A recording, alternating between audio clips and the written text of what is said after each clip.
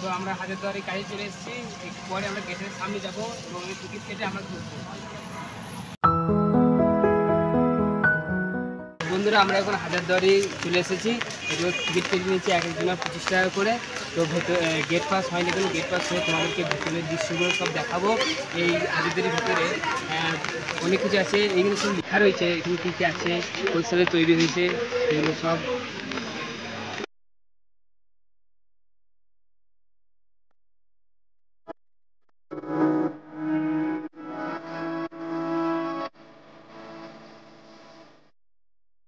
টিকিটটা ছিঁড়ে নিলে ওপরকার কাগজটা নিয়ে নিলে এখানে, আর ভিতরে এটা লাগবে বলছে, সেই জন্য নিয়ে নিতে।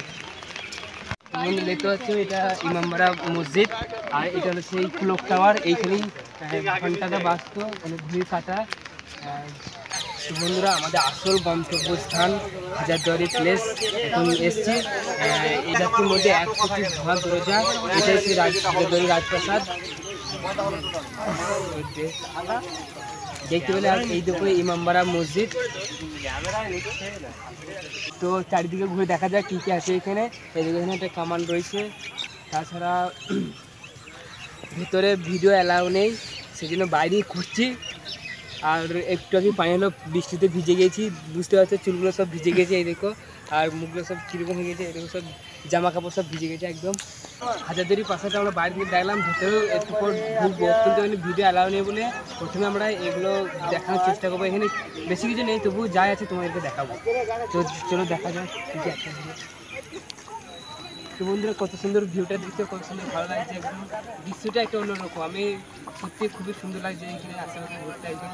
আর আমার মুর্শিদাবাদ শহর এই প্রথমবারই এলাম, এবং এইখানে এই ঐতিহাসিক জিনিসগুলো দেখে খুবই মুগ্ধ, এবং মনে হচ্ছে আমি এখনও ওই ঐতিহাসিক যুগেই বাস করছি, বা ওরকম এসেই রয়েছে মনে হচ্ছে। তোরা দেখতে পাচ্ছি এই জিনিসটা আমি বুঝতে পারছি না ঠিক কী বটে, এটা কামান না দূরবীন আমি ঠিক বুঝতে পারছি না। তো তোমরা দেখে কমেন্টে বলবে এটা কী বটে, কারণ আমি তো অত পড়াশোনা করিনি, আমি অত জানি না ইতিহাসের ব্যাপারে। আর ওই এটা সাদা ঘোড়া রয়েছে, খুব সুন্দর ভিউ এবং ভালো লাগছে সাদা ঘোড়াটা।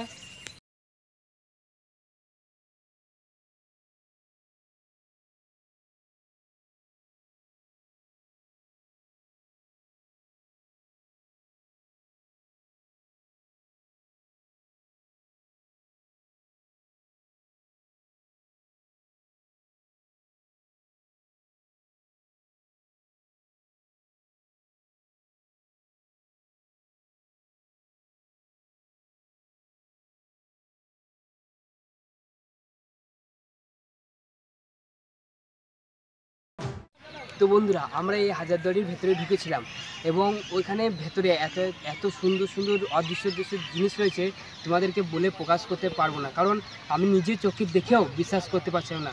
ওইখানে রয়েছে রাজাদের তলোয়ার, বন্দুক, তারপর কুরসি, চার চাকার চার টায়ারের গাড়ি, সমস্ত কিছু পালকি, তারপর অনেক কিছু খেলার জিনিসপত্র, তারপর মূর্তি, তারপর রাজাদের তলোয়ার, তারপর রাজারা যেসব পোশাক পরে যুদ্ধ করতে যেত ওইসব পোশাক রয়েছে। রাজাদের বিছানাপত্র, শোয়ার খাট, পালংগুলো এত উঁচু উঁচু, মানে আমি দেখে বিশ্বাসই করতে পারছিলাম না যে এগুলো আগেকার যুগে ছিল।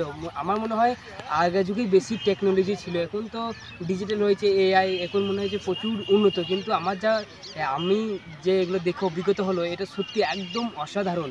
আর এইখানে আমি সব দেখলাম এবং সত্যি অসাধারণ। আর তোমাদের ভিডিও অ্যালাউ নেই বলে ভিডিও করতে পারলাম না, নাহলে তোমাদেরকে দেখাতাম এই অদৃশ্য জিনিসগুলো। আর তোমরা যারা ঘুরে গেছো তাদেরকে বেস্ট অফ লাক, আর যারা এখনো ঘুরে যাওনি তারা একবার হলেও এই মুর্শিদাবাদ শহর আসবে। এই মুর্শিদাবাদ শহর সত্যি অসাধারণ। আর এই হাজারদুয়ারিটা আমাকে সবথেকে বেস্ট লাগলো।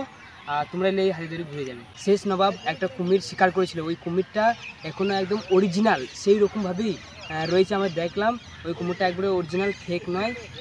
ওই কুমিরটার দাঁত সব কিছু রয়েছে, একবারই অবিকল ওই রকমই রয়েছে। ওটা কাঁচের বইমের মধ্যে ভরা রয়েছে, আমি দেখলাম ওটা। বৈঠকখানা, তারপর টেবিল, চেয়ার, সব কিছু রয়েছে একদম রাজকীয়। আমি যখন ভিতরে ঢুকলাম মনে হচ্ছে আমি নিজেই রাজা, আমি মনে হচ্ছে সেই নবাব সিরাজউদ্দৌলা, যে ভেতরে আমি নিজে রাজত্ব করছি এই মুর্শিদাবাদ শহরটাকে। তো সত্যি খুবই বন্ধুরা, আমি যে স্কুলে পড়াশোনা করেছি এই ইতিহাস ব্যাপারে, এই মুঘল সাম্রাজ্য, তারপরে সিরাজউদ্দৌলা, নবাব সিরাজউদ্দৌলার ঘটনা, আমি সত্যি বলতে ভালো পড়াশোনা করিনি, কিন্তু সেই জন্য সব ভালো করে তুলে ধরতে পারিনি বা ভালো করে তোমাদেরকে বলে বোঝাতে পারিনি। কিন্তু আমি এইখানে এসে যে যতটুকু অভিজ্ঞতা হলো, এই অভিজ্ঞতাটা সত্যি আমি সারা জীবন মনে রাখবো যতদিন বেঁচে থাকবো। তো আমার অনুরোধ রইল সেই সব স্কুলগুলো, যেই সব স্কুলে এইসব ইতিহাস বিষয়টা আছে, সেই সব ছাত্রছাত্রীদেরকে এইখানে ট্যুর এবং ট্রাভেল করে এখানে ঘুরতে নিয়ে আসা হোক। তারা প্র্যাকটিক্যাল দেখবে এবং থিওরিতেও সেটা তাহলে ভালো ওদের পড়াশোনাটা তারা বুঝতে পারবে। আমি যেমন আগে পড়াশোনা করছি কিন্তু অতটা আমার মাথায় ঢুকেনি, কিন্তু এখন দেখে আমি সত্যি অবাক এবং হিস্ট্রিক্যাল সত্যি আমার মাইন্ডে একদম ঠিক গেছে।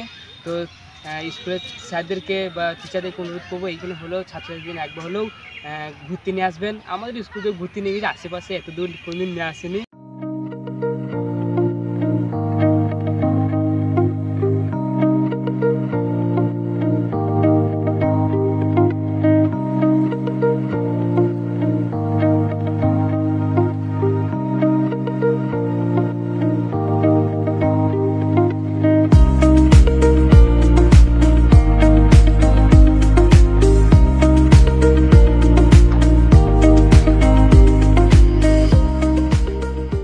তো বন্ধুরা, আমাদের ভেতরের এগুলো দেখলাম, তোমাদেরকে সব প্রকাশ করে বললাম।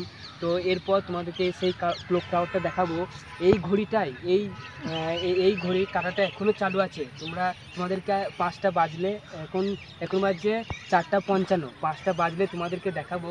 মানে এখনও টং টং করে সে আওয়াজটা হয়, যেটা আগে হতো। হাজারদুয়ারি আমি ঘুরছি, আমাকে বাড়ি যেতে একদমই মন যাচ্ছে না, মনে হচ্ছে এইখানেই থেকে যাই, এইখানেই মানে সারাদিন ঘুরে বেড়াই, যতক্ষণ না মন চাই এখানে বেরোতে একদম মন যাচ্ছে না। আর এদিকে ইমামবাড়া মসজিদ, এটা আমি যতটা সাধারণত জানি, এইখানে মহরমের শুধু তোমাদেরকে আগেও বললাম যে শুধু মহরমের সময় একবার দর্শন করতে দেয়, তখন গেটটা খুলে।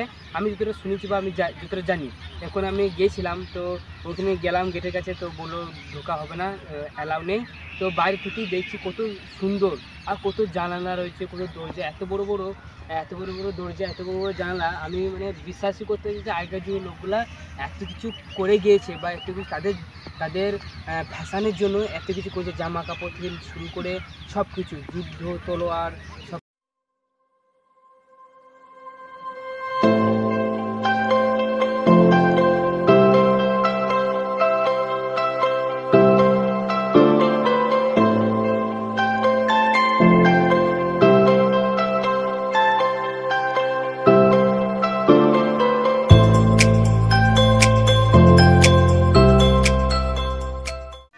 তো বন্ধুরা, এই দেখো 5টা বেজে গেছে, আর এখনো ঘন্টাটা বাজছে। সেই ঘন্টা তোমরা হয়তো শুনতে পাচ্ছ, দেখো ভালো করে শোনা হয়তো।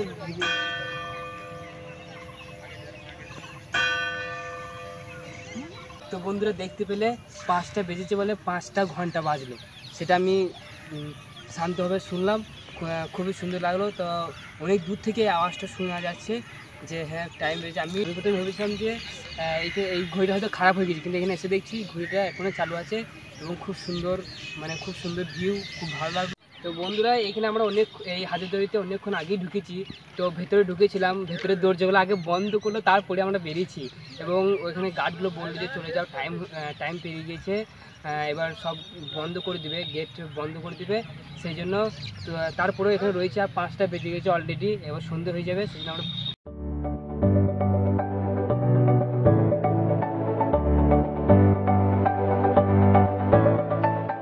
চারিদিকে দেখতে পাচ্ছ একটাও মানুষ বা লোক নেই, কারণ 5টা পেরিয়ে গেছে, তো সবাই বেরিয়ে গেছে। এবার আমাদেরকে হয়তো ধাক্কাতে বের করবে। তো আগে ভাগে বেরিয়ে যাই, অসম্মানটা যেন না হয় সেই জন্য।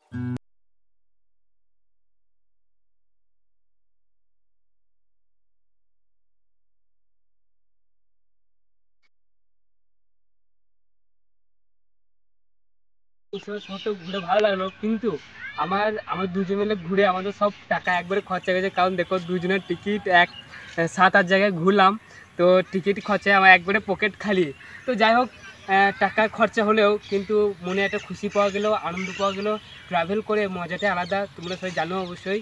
তো ঘুরে ফিরে মজা লাগলো। তো এইটাই জীবন, টাকা খরচা হলেও নিজের ইচ্ছাটাই সব থেকে বড়ো। নিজের ইচ্ছাতে ঘুরে বেড়াবো, নিজের একটা শখ থাকে না যে এই জায়গায় যাব, সেরকম আমারও যে জায়গায় জায়গায় ঘুরে বেড়ানো, সেই শখটা আমারও আছে। আমিও ঘুরে বেড়াই, আমারও খুব বেশি পয়সা আছে তাও নয়, তো বাবা মায়ের কাছ থেকে যতটুকু পাই। তো আমরা চলে যাচ্ছি।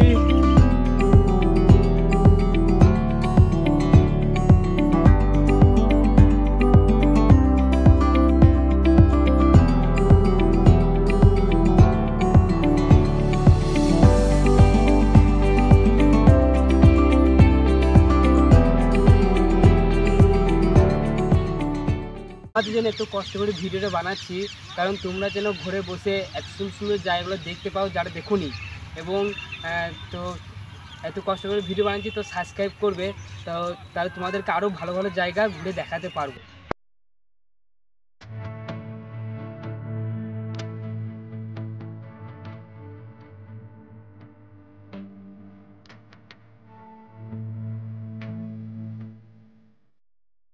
বন্ধুরা, আজকে আমরা এই মুর্শিদাবাদ শহরটা ঘুরলাম 7 জায়গায়। তো তোমরা যদি একদিনের ট্যুর বা একদিন ট্রাভেল করো, তাহলে অবশ্যই এই মুর্শিদাবাদ শহরটা রাখবে, কারণ এখানে দেখার অনেক কিছু আছে, দেখার ঐতিহাসিক জিনিস অনেক কিছু আছে। বাড়ির দিকে রওনা দেবো। তো আমার এই ছিল আজকে মুর্শিদাবাদ শহরটা ঘোরার। তো এই ভিডিওটা তোমাদেরকে কেমন লাগলো কমেন্টে বলো, আর যদি ভালো লাগে সাবস্ক্রাইব করে পাশে থাকো। দেখা হবে নতুন গল্প, নতুন জীবন আর নতুন অভিজ্ঞতা নিয়ে। Take care and see you in the next blog.